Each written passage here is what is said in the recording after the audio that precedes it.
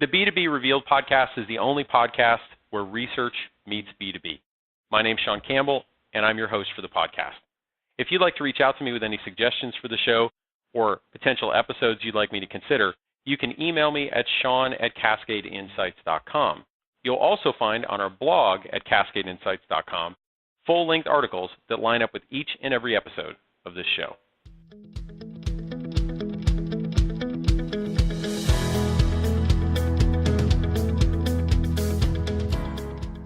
On this episode of the show, I have with me Nick Reed. Nick Reed was a former executive director of Ernst & Young's revenue growth practice. Reed is the founder of Sales Lab and a co-founder of RGI and edX. He's a sought-after researcher, author, consultant, and teacher whose views on modernizing B2B sales, education, and leadership have been quoted in print, television, and radio worldwide. Reed is also the creator of training workshops, software, and coaching programs used by B2B sales and education leaders in more than 40 countries. And on this episode, we're going to be talking to Nick about some original research he put together focused on key account management and things along that line of thought. So Nick, welcome to the podcast. Why don't you tell the audience a little bit about your background and some of the work you've been doing lately? Well, Sean, great to be back. Thanks for the invitation. I've been involved in sales and consulting around sales my whole career. I believe that in the world of IT, it's perhaps the most sophisticated industry for sales education. Certainly sales training in its modern form began with IBM and Xerox, right? So it's got a long history of figuring out the changing face of buying, how the changing face of sales needs to keep step, and that's a market I've been very heavily involved in my whole career. But I believe that we're at a stage now where hard research and modern psychology is helping us understand the buyer-seller relationship and how to get the most from it better than ever before. So we're at a point where we can start to dispel some of the old, homespun wisdom and actually work on what is truly effective. So for the last number of years, I've been focusing heavily on doing solid research, large quantitative data dumps, and figuring out from that data just what is the best way of selling in today's market. And I think that's what we're going to talk a little bit about today, right? Exactly. And you mentioned in the research that you shared with me, which is based on, as you mentioned, a lot of information, in some cases thousands of interviews, that there are some pretty significant changes that are occurring in the world of B2B selling. So what are some of the habits, if you were to just list out some of the major ones, that you think should just be left behind in past decades? It depends what level of an organization you're focusing at. I mean, at the executive level, we still see too many executives who are disconnected from their sales department. They still see it as something of a dark art. Perhaps that's what the sales managers are telling them so that they don't have compliance and too much inspection put on them. Most managers can handle CRMs and quarterly forecast calls and all of the inspection that you get from that, but most executives don't use that anywhere near as stringently as they would if it was, say, at the manufacturing side of a business. So there's still a lot of leeway given there. And because of that leeway, which people get into the sales profession because of its freedoms, I think, that leeway does give rise to a lot of fluff in the forecast and a lot of guesswork that really needs to be rooted out these days. You can't run a business if you've got fiction in your forecast.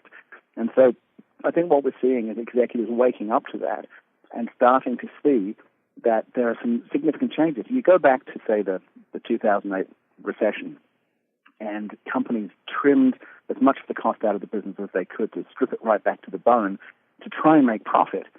And what we're seeing now is executives are saying, well, how do we get even more profit? Because we can't trim things to the bone anymore. What they have to focus on now is top-line growth. Well, guess which department is right in the firing line to drive that top-line growth? It's sales. So sales is well and truly now in the sights of executives as a mission-critical part of the business. But we still need to do a lot of education at the executive levels for them to understand what the mechanics of a successful sales operation really are. So that's what I would say is happening at the executive level.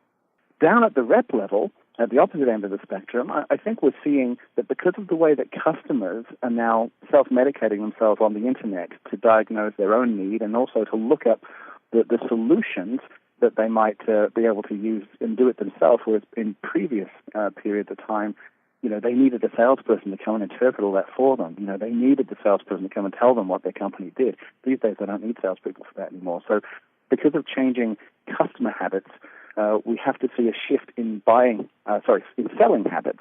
And that means that the salesperson who sees their job as a walking brochure, they've had their day. People need to be a lot smarter than that these days and go in with new ideas that blow their customers away as if they're a consultant, as if they're an advisor. And again, too many salespeople aren't doing that. But where they are doing it, they're banking big time. So tell me how organizations evolve their sales team to get to those goals. Because obviously the seller that was hired for the old environment, be the walking brochure, bring in the pitch deck, walk through kind of numerous on-site conversations, take folks to lunch, all, if not most of that, has been blown away to some degree, right? What does an organization do to transition those sellers? Or do you typically recommend they evaluate those sellers, see who can really fit the new mold, and maybe just direct the ones that don't out the door? Well, look, I'll tell you a secret about that, right? So my whole career up to a certain point, up to about 5 years ago, right, was based on what I would call the old model. It was about researching what are the most effective ways of selling, creating workshops, programs, coaching methods, software tools to support that. And then when we started getting tools that allowed us to do a much deeper dive for the first time on buyer psychology and what actually really drove sales success. So I'll tell you a quick sidebar on this. When we were talking to a lot of HR directors and sales directors about sales competency, do you have any idea, what sort of a list they come up with when they try to enunciate all of the sales capabilities or competencies or skills that a salesperson needs to have? What would you say it would be? I mean, I think the typical thing would be things like, a degree of personal gravitas and, probably an ability to interact well in in-person meetings and, things like that would probably be the typical thing people would come up with. Yeah, you're exactly right. And that's what a lot of salespeople think. It's what a lot of HR managers and sales directors think when they're going out recruiting. We found that when we numbered everything up, there was something like 172 different competencies that people feel that salespeople need when they're at different stages of the sales cycle or the customer care cycle. And that's very impressive, but it's impossible for anybody to coach and inspect, right? So we started having a look at what are the things that really matter, and we looked at two things that were our first guiding stars for this. The first thing was, what is it that impresses the customers the most? The second thing was, what is it that we can see a causal effect to revenue, or at least to move the deal forward to the next stage? So what skills actually make a demonstrable difference? So with the first one, which ones matter the most? And it's interesting you mentioned personal gravitas, because when you talk to a number of sellers about, well, what is it that differentiates you? What's your X factor? If it's not your product and if it's not your sales deck, what is it? And I say, well, it's me. I'm the guy who brings the value. The customers follow me. And wherever I go in my career from company to company, I bring the customers with me, which is why some are resistant to filling in their CRM. They like to bring the information with them. That's part of their currency, right? And so when we say, well, what is it about you? They come up with their knowledge, their rapport building, their social skills, and all of that. That's what they call the X factor. When we talk to buyers about what they most value, that's the lowest on their list. They don't care. They take that as a given, that to get in the door as a salesperson, you've probably got some charm offensive that you were born with, and that you probably know how to tie a tie and not put on clashing socks. They don't care about any of that stuff, but it's amazing the number of salespeople who feel that that's their secret weapon. And these days, that doesn't work, particularly if you're in IT, particularly if you're selling solutions and services, perhaps at the transactional product end of the market. Maybe it's all about who you know and, if you're a good raconteur and can entertain people. But those days really are moving on. Most people that used to sell those types of products face-to-face, customers can now buy online. So there's a very strong push from the customers to say, that's not really where your sweet spot is. We're looking for something else. We're looking for real value. We're looking for people who come in and have the sorts of meetings with us that make us feel like we should write a check because we've just had a consulting session. That's where the bar now is, right? So that was the first thing we looked at is what's the difference between what the sellers think is impressive and what the buyers are thinking is impressive. And we found a huge mismatch there. The second thing, of course, is what actually drives the results. And a very large study that included more than 1 million minutes of listening to live recordings of sales conversations with actual customers and tracking what happened as a result of those meetings. So did that sale move to the next step, and did it move to the next step, and then did it close, and how much for? So that type of longitudinal analysis revealed that there's really only about 6 categories of skills that the customers really value that actually have a demonstrable impact on revenue. So what we're seeing these days now, really for the first time, is as a result of some of these big data tools that we can do this type of number crunching, we're finding that there are a very clear set of differentiators that require salespeople to be in control, know how to qualify hard, know how to research the customer's needs up front very clearly so that they've got some valuable discussions to have that put something new on the table that the customer's maybe not expecting, and that they've got the skills that they need to not just narrate a pitch deck, but actually have an engaging conversation. And this might sound very, very strange, but they also need to learn how to ask for what they want. The number of customers that came back from the research saying that they had to place the order because the salesperson was so busy trying to socialize and be liked that they never got around to asking for the order. It's like a plague. It's so endemic. It's so obvious and happening all the time that it's almost as if salespeople have forgotten how to close, and that's worrying. So would you say then, tying it back to the question I asked earlier, is that the old school sellers, right, they would be kind of put into one of these roles, these 5, 6, 7 roles, but they wouldn't be given necessarily control of the entire account development process as they were in the past? What we're seeing is that the account relationship process is owned by multiple people in companies these days. So you might have salespeople who are responsible for hunting the business and closing it. They might not be the ones that then go and account manage it. There might be a whole other team built around customer engagement. And as a result of that, if there's not an effective handover, then it becomes a question of, well, who's responsible for looking after what we've already sold? Who's responsible for selling something new? Selling something new usually comes back to the salesperson. So sometimes there's dysfunction between the account teams, that those connection points aren't as well managed as they should be. So I guess then for the folks that are listening and they say, gosh, I'm kind of an old school seller, that sounds good to me, those skills you're mentioning, and now you're telling me they're skills that aren't as much in need.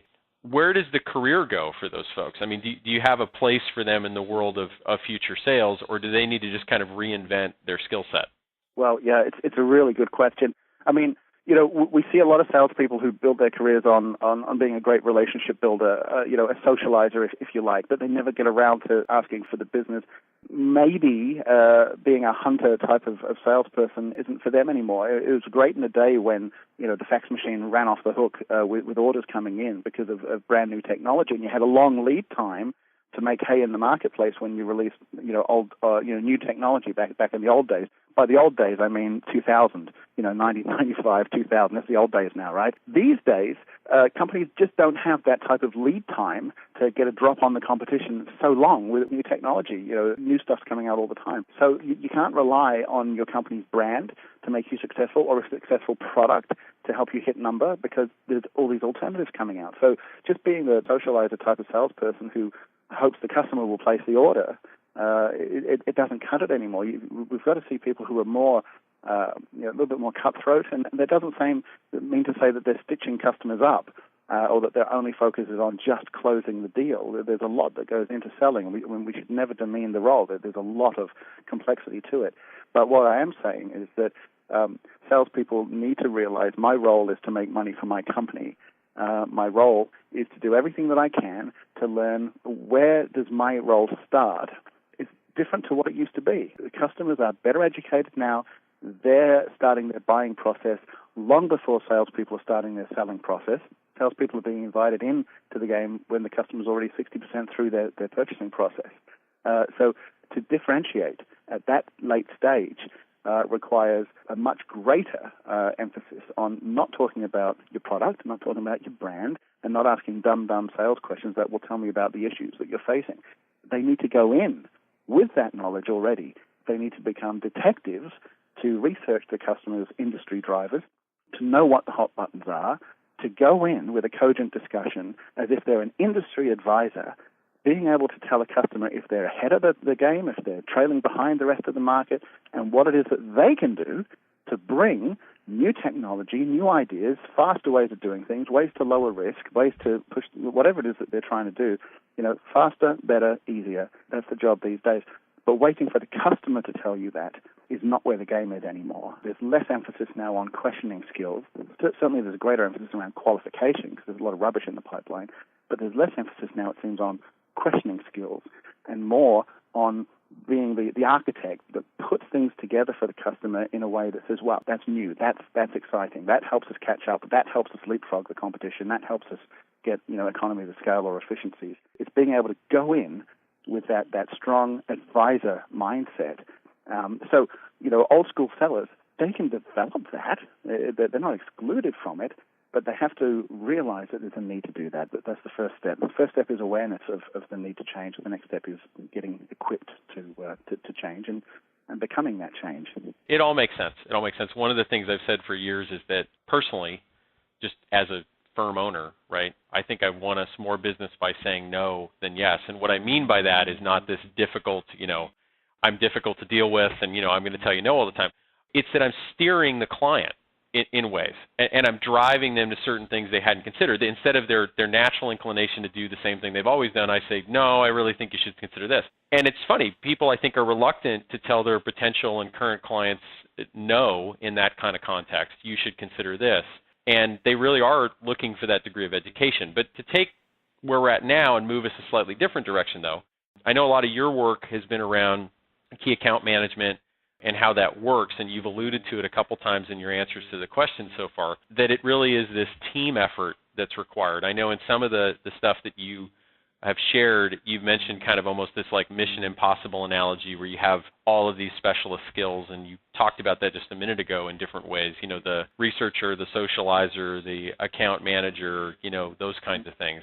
I mean, I would take that as a bit of like the Avengers movies kind of thing. You have a Hulk, an Iron Man, Captain America, Black Widow, and they can't save the world unless they're all there, right? I mean, because one of them has a shield and the other one has a suit that flies. But I think that's what you generally suggest that teams need to move to in this model to really be effective to customer needs, is they've got this kind of mixed set of skills that's spread across multiple bodies, right?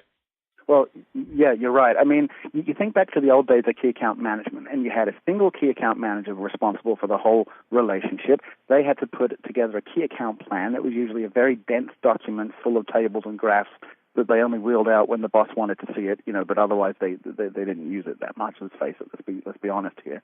And they would have to control or pull together a posse of an extended team that included their own pre-sales, sales, technical resource, management, partner, and channel type of personalities, and hope that they would all be animated by the same spirit with the same quality. And that, in a way, was an interesting model. It's sort of in the right direction. It understood that the key account management is a machine with different cogs that need to turn the right way. But these days, what we're seeing, what the research is showing, is that those cogs might not necessarily be the different roles that people play, but different people in the machine. Let me explain that. There's this idea that not all people who find themselves in a key account role have all the skills needed for a key account role today. You can get some people who are outstanding at hunting new business and opening up new opportunities. They've just got that skill, but they're not so great at negotiation and they're not so great at closing. Or you might have someone that's an absolute monster at negotiation. They give nothing away, they take everything back, yet they still develop a win-win relationship and everybody loves them for it. They're the rainmakers, the ones that go in and land the deals, but they're useless at prospecting, and they're not particularly good at networking. And then you get these rare souls who are good at everything, but they're rare. And the challenge that you have in sales is that you get these job descriptions and key performance indicators and recruitment profiles that are looking for the person who does it all.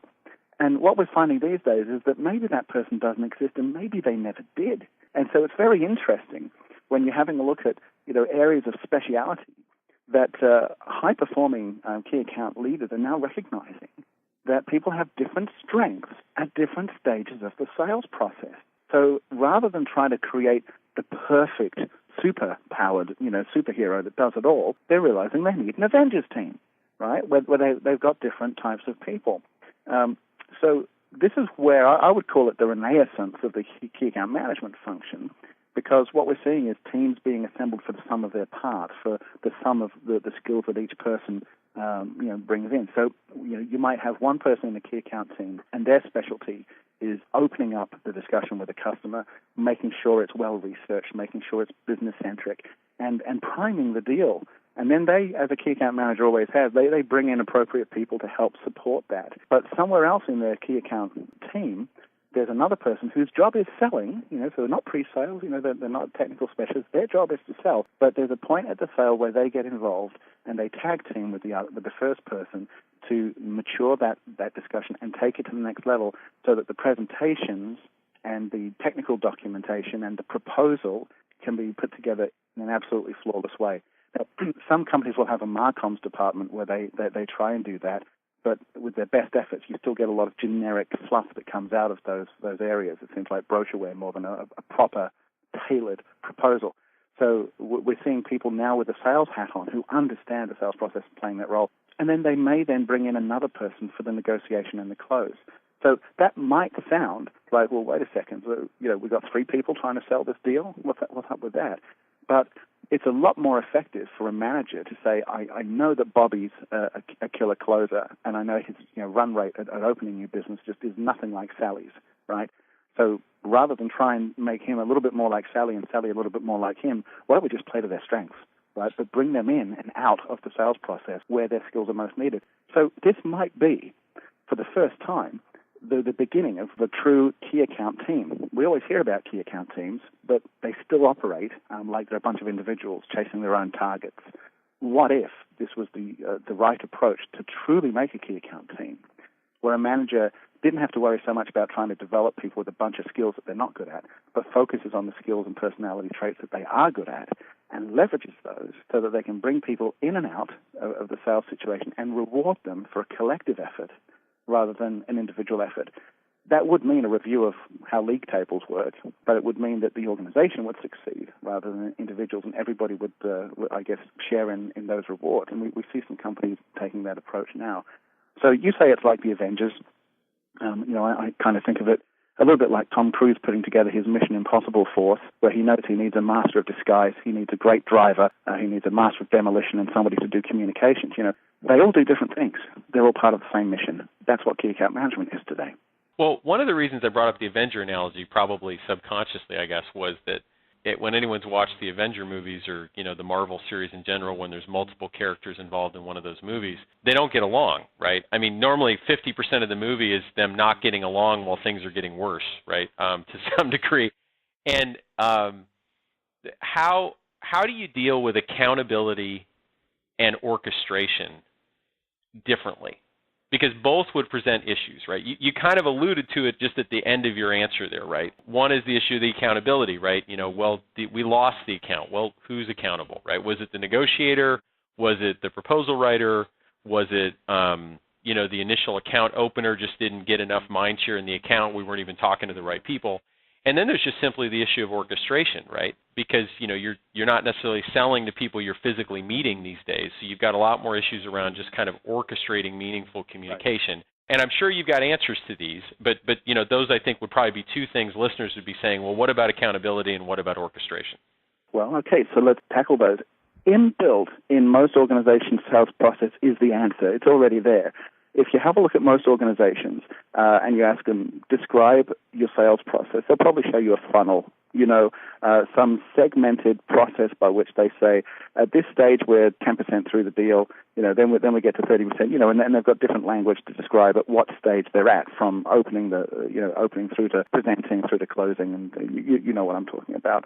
What we need to do at each of those stages is treat them all as compartmentalized steps and figure out what are the toll gates that have to be passed that tell us that the customer has moved from one stage to the next, therefore we can too. Rather than you have salespeople who think they're all the way at the end of the sales process and they've left the customer behind and that they've still got months to go and the forecast starts sliding. So this is a perennial problem in pipeline management. But that mindset is actually quite a viable one for this concept of delineating the different tasks that people need to put into key account management based on the different stages of the sale and of the beyond the sale, the ultimate customer relationship, where you're then working on loyalty and you're working on protecting and growing that revenue. So what you would do is you would make lines of demarcation. So opening up and setting expectations, there's a point in time at which the customer is saying the following types of things. We've completed the following sorts of activities, and they've all been achieved at a certain level of quality that we're all happy to sign off and say that person's done their job. And then they go and get involved in, another deal that needs those skills applied. But there's the handover, and for some period of time, the person holds the hand before they stop attending meetings for a period of time. But there's a point at which that's signed off, and then it's handed over to the next person. And their stage has the same thing. It's got a number of activities, a number of toll gates, a number of customer evidence-based signals that tell you the customer has completed that stage emotionally and logically. They've done everything that they need for them to be satisfied. The purpose of that next stage of the sale has been accomplished, and then they're ready to move on to the next stage. And so if you've got people who are specialists at each of these stages, if you've signed off that they've done their job and it's a quality measure at that point, and everybody in the team has signed off on that, and the evidence is from the customer that they're also ready to move on. If a deal doesn't come through the way that you expect, then you can see at which point the point of failure happened, right? So if it stalled on that pipeline and it didn't go any further, well, the people who are yet to get involved in that sale because their role is future, they're not accountable. It's a point of failure with an area of responsibility for the person responsible for that stage of the sale. So it's much easier then for the sales directors to understand exactly why the wheels fall off of a sale if they start thinking of it in key stages like that. And even if they still have a key account manager responsible for the whole spread, this can still add value by making sure that salespeople don't get ahead of the customer. Because if your sales process doesn't map to the customer's buying journey and their speed, then you're out of step and you can't close deals effectively that way. So it makes a lot of sense to compartmentalize and put handover points and toll gates and measures there so that you can see where the points of failure are. We see a lot of pipelines that they look less like the funnel shape and they look more like a pregnant snake where they've got a thin pipe at the top, a thin pipe at the bottom, and a lot of deals in the middle, bulging, not going anywhere and stalling, and managers scratching their head to say, well, this sounded so hot 6 weeks ago, why is it not moving? If they were to look at the different stages of the sale and figure out then what are the indicators that the customer is moving forward and that they're at pace with us and that we're at pace with them, then there's a lot more that they can do to interrogate why things are slowing down, or are we ready to move forward and actually take things forward. It's a lack of inspection that is the problem. So I would say that if you've got inspection and you've got role clarity at each stage, then that serves the purpose of your first question, and it works very effectively. Those are great points. So let me ask you kind of a related follow-up, and I'll share a little story from my side too. One of the things that we've noticed, given we work with a lot of software as a service, companies or a company that has a software as a service offering, if not multiple, is that they're recognizing that they have to restructure their sales teams to deal with what in essence is a more consumption-driven model, in that in previous years, selling on-premise software, somebody would sell a large license to the software and a large agreement, and then the customer was audited and licenses retract, and the sales team would show up 3 years later and say, hey, it's time to renew or re-up. And right. Now, because it's consumption-based and the organization is using the service and slowly growing over time, they need sales teams that are almost more this like consultative seller mindset, and they're able to kind of recognize when the organization should use more of the product, or where maybe they should even relinquish use of the service in a given business unit and transfer that to some other one. And where I'm going with that is that's one of those shifts that we've seen, is that they're moving to this kind of how do we get these sellers who help with kind of increased consumption. What's probably the skill set out of this key account management model that you think organizations don't have enough of today? What's the one skill or focus area that they seem to be undervaluing the most? Whether it's more like the negotiator role or the researcher role or something like that. Where's the place they should look first and say, I bet you this is the one area we're probably not spending enough time on? You can't put a roof on a house unless the brickwork's been done right. You can't put the brickwork on unless the frame's gone up, and you can't put the frame on unless the foundation's in place. So, to ask that question, I always sort of look back down the causal chain to figure out, well, where do most of the problems begin? Because there is a point during the sales process that if you've got certain things lined up the right way, the outcomes take care of themselves. And this is one of the other things that we see a real trend in, is organizations saying, wait a second, we've been missing a trick here. We've been so focused on the lagging indicators, which is, end of quarter results or end of year results or, attainment of quota, that we're missing completely the smaller measures that happen earlier in the process that we can fix when there's still time to fix them. So people are focused more on the outcome, less on the causal effect. And managers are now shifting to start saying, well, what are the things that we have to get right, that we can course correct on that will lead to success? Because if we get those right, the outcome will take care of itself. So is the problem closing? And in some cases it is. You get salespeople who don't want to push their luck, they don't want to upset the relationship, and they think that the value of their solution should be obvious enough that if the customer sees it, they'll place the order. And so you get these order taker salespeople. I don't think that's the real problem, even though there's still far too many of those types of sellers out there. Nor is it negotiation, nor is it the value proposition piece, nor is it even objection handling, though that is an area that we see salespeople could be a lot better skilled at. I think if you sort of keep peeling the onion back and you get back to where the root cause of a lot of problems begin, that unless corrected, become uncorrectable, with the passage of time through a sales process, it comes down to an appalling lack of curiosity about what makes the customer tick, what's happening in their industry, and what are the issues that my customer is really facing. If salespeople were more in tune with that, if they knew how to do better customer research, if they knew how to ask better questions so that they could engage in a two-way dialogue, then a lot of the future problems that happen in a sales process will go away. There are too many salespeople, based on what we see in the research and what executives are telling us who are on the buying side, there are too many salespeople who seem ill-equipped to talk about the customer's business as if they were an industry insider. They're very skilled at being able to talk until the cows come home about their own products. They're not so skilled being able to talk about the core industries that they sell to. Huge gap. Companies are recruiting more salespeople from industry, figuring that if they come with industry experience, we can teach them product and we can teach them our sales process. That's a step in the right direction. Because when you have those sorts of discussions, you're able to have truly two-way dialogue about re-engineering the business and asking questions like, well, why are you doing it this way? Why wouldn't you do it that way? And here's what we're seeing in 80% of the other companies that we sell to, they're doing it this way. Did you know that the way you're doing it is actually dated now? And they might say, well, no, we had no idea. Because one of the real pieces of value that a key account manager brings to the customer is this. They're dealing with customers in the same marketplace every day. However, the only company that the customer knows is their own. So the salesperson automatically walks in the door with a wealth of knowledge that customers would pay through the nose to have. Are we behind? Are we ahead? How are other people solving the same issues? What problems are the big boys dealing with that are going to be coming around the bend, in 6 months' time and hit us? This type of foresight and insight is what customers are expecting salespeople to bring as their currency to the table. Now, it doesn't mean that you have to be recruited from industry to be able to have those discussions. If you've got some curiosity and a little bit of time that you would set aside in your diary to study the customer's industries and know what those topics are and go to their industry forum and be where those customers are, you quickly absorb it and it becomes a second language to you. But if you don't pay that price to know those issues, you'll never be able to speak in the customer's language. And more you'll be relegated back to the role of being a commodity seller because that's the only currency you have. I've got a product. Here's the price.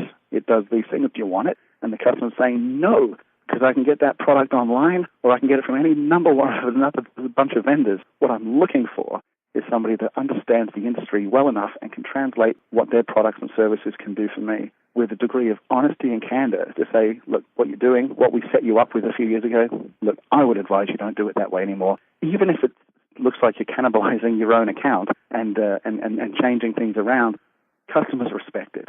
And when you have the customers' respect, you have their loyalty. And that's the currency that matters the most today. Yeah, those are all really excellent points. I mean, we recently put out a blog post and an Align podcast on an open letter to B2B sales leaders. And one of the things we mentioned in there, which lines up exactly with what you've done and said there, is that the customer expects you to be able to, decrypt their acronyms, speak their language. Sure, you can occasionally ask a clarification question like, what's that acronym? And you can certainly do a lot of that in the earlier stages of the sales cycle. But what you said there about how they research and how they engage is really critical, I think, because so often the impression sometimes left about researching the account is some form of read their earnings transcript, go sign up for some service that'll send you news reports about what their leaders are doing, figure out who left the company and who didn't. And sure, that's nice to have, but more importantly, it's almost like you could get a job there. You could work there with sufficient training, right? You know their industry well enough that you could kind of do that. And they don't really think you could truly become an employee tomorrow, but there's this sense, this aura that you really understand us. And I think the point you made about the way you get there is kind of this accreted knowledge from a mix of self-study, plus you're basically researching your account base as you go. You're constantly dealing with a certain set of accounts in a certain industry, a certain vertical, solving a certain problem. And so if you're playing the game right, you will get smarter if you're a student. If you're not a student and you constantly stay in this transactional pitch mode, you miss maybe years worth of learning you could have already accreted, which is basically what I hear you saying. That's right. Well, I called it an appalling lack of curiosity, and that's what it is. So, if salespeople treated their customers, who are the ones that pay them, that pay the mortgage, right? If salespeople treated their customers the same way that they treat somebody new that they meet in the coffee shop, how long does it take a person when they meet someone new and they say, hey, maybe I'll catch up with you, to hit the social media and start stalking their Facebook page or their LinkedIn profile? It happens in a matter of nanoseconds, right? They're curious, who is this person, what turns them on, what makes them tick, what do they look at, where do they go, how many photos do they have on Facebook or whatever. They're all across that. Show them a customer that can actually pay them money, and help them hit their target. How much curiosity are they showing? Maybe they hit LinkedIn, and that's probably, maybe they look at the web page, but are they going to Yahoo Finance and playing the analyst quarterly earnings calls to see what the executives are saying is coming around the corner for that company in the next 6 months? Are they reading what analysts are saying about them? Are they polling what their customers' competitors are doing? Are they going along to the industry conferences where they know these people are speaking or attending? Are they putting themselves in a position to absorb that industry? So that instead of looking like, as you say, Sean, instead of looking like they're coming from a vendor, they look like they come from a different department, the strategic department of this customer's organization, where they could get a job there. But the difference that the salespeople need to maintain is, no, I couldn't get a job here because what I know is more valuable than what any of your existing staff know, because I'm across the industry, whereas you're only in your own company, right? And that's the value that I bring. So, yes, if you've got the answers in-house, you should use them in-house. You shouldn't be paying a company to provide them for you. But you do need to have a company provide it to you. And that's who I am. That's the value that I bring. And if you're not prepared to pay the price to master those issues so that you can lead the customer to whatever the next step is, because they sometimes don't know. They hope somebody can give them a clue. They hope that it's a salesperson. After all, they're dealing with all these companies in the marketplace. Shouldn't they have a clue? And when the salespeople turn up and don't look like they have a clue and don't provide any thought leadership, that's when the crickets start chirping and the customer says, I think I'm going to go somewhere else.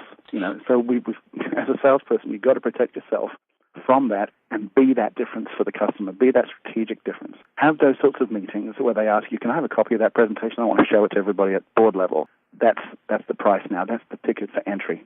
And one final amplification / question that I want to hit is, I think the listeners should hear too, because I think you would agree with this, that some of these dynamics only increase based on the size of the account. So if you want to get the big whale, so to speak, the larger the account, the more inwardly focused they are, the more they desperately want to hear what other similar organizations are doing.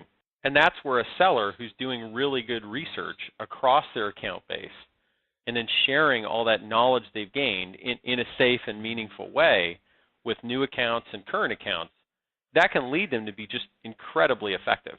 Well, I think you're right.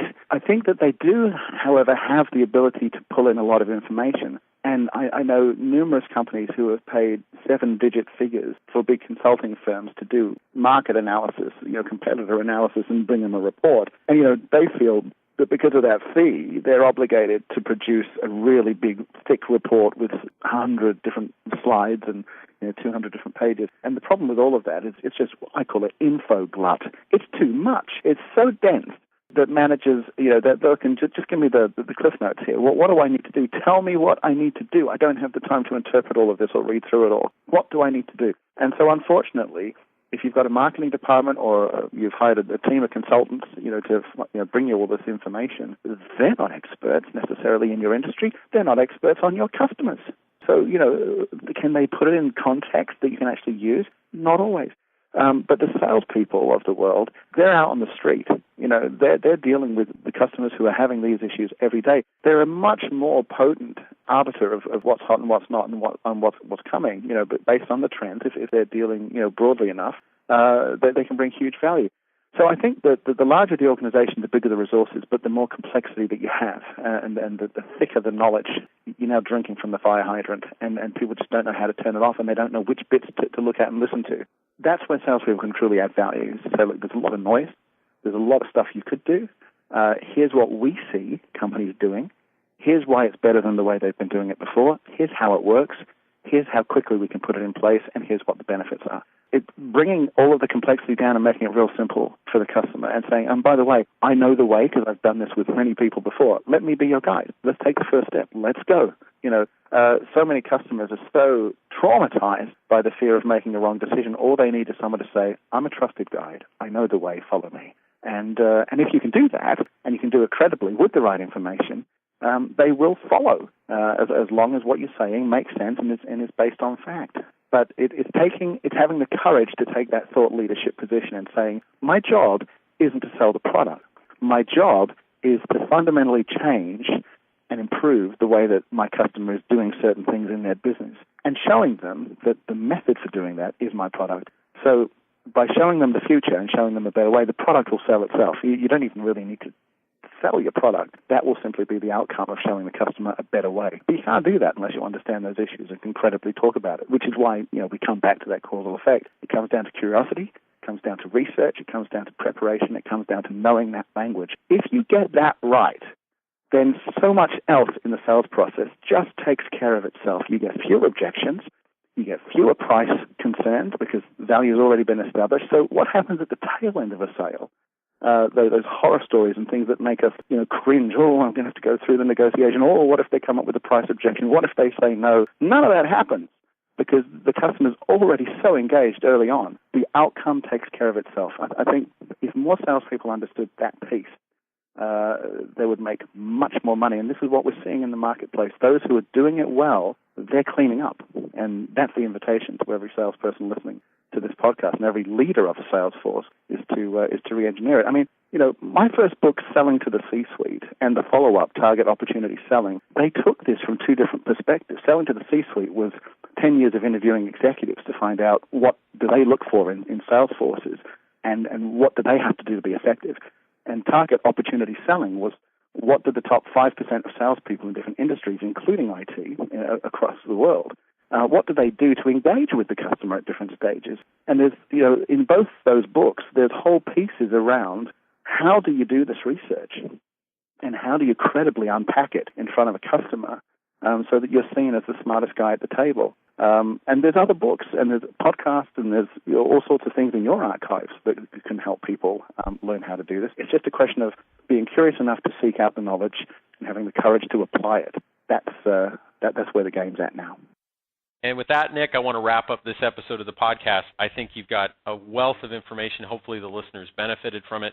You've got just a great knowledge base on this space.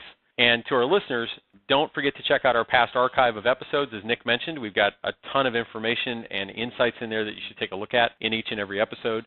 Also, don't forget to visit us at cascadeinsights.com, where you'll find full-length articles that line up with each and every episode. And finally, if you love the show, don't forget to give us a review on iTunes, SoundCloud, Google Play, or Stitcher.